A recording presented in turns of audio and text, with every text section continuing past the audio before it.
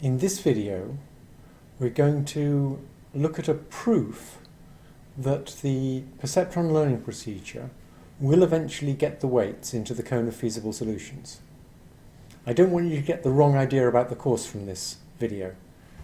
In general, it's going to be about engineering, not about proofs of things. There'll be very few proofs in the course. But we get to understand quite a lot more about perceptrons when we try and prove that they will eventually get the right answer.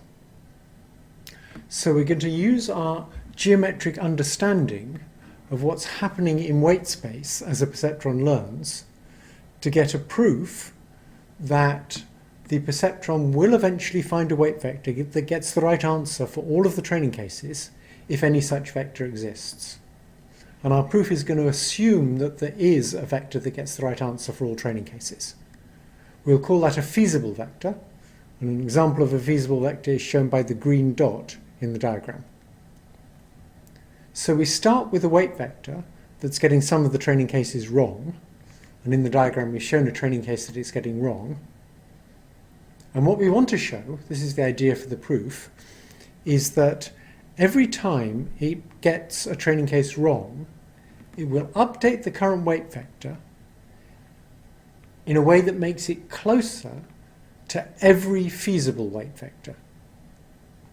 So we can represent the squared distance of the current weight vector from a feasible weight vector as the sum of a squared distance along the line of the input vector that defines the training case and another squared distance orthogonal to that line.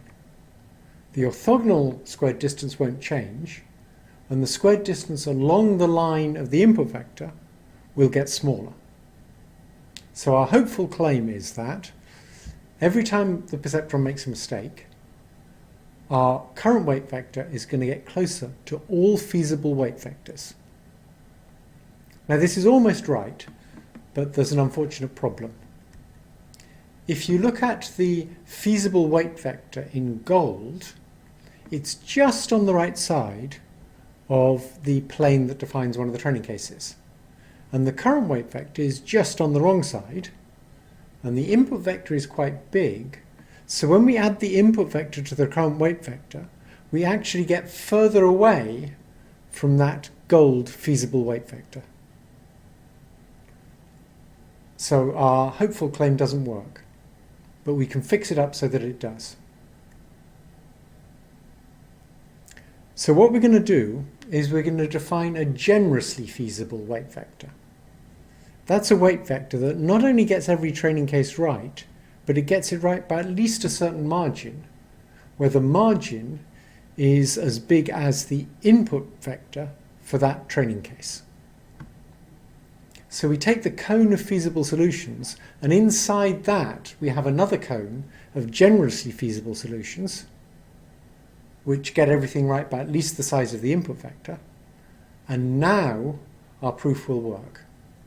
Now we can make the claim that every time the perceptron makes a mistake, the squared distance to all of the generously feasible weight vectors will be decreased by at least the squared length of the input vector, which is the update we make. So given that, we can get an informal sketch of a proof of convergence. I'm not going to try and make this formal. I'm more interested in the engineering than the mathematics. If you're a mathematician, I'm sure you can make it formal yourself. So, every time the perceptron makes a mistake, the current weight vector moves and it decreases its squared distance from every generously feasible weight vector by at least the squared length of the current input vector. And so the squared distance to all the generously feasible weight vectors decreases by at least that squared length. And assuming that none of the input vectors are infinitesimally small, that means that after a finite number of mistakes, the weight vector must lie in the feasible region if this region exists. Notice it doesn't have to lie in the generously feasible region, but it has to at least get into the feasible region to stop it making mistakes. And that's it. That's our informal sketch of a proof that the perceptron convergence procedure works. But notice, It all depends on the assumption that there is a generously feasible weight vector. And if there is no such vector, the whole proof falls apart.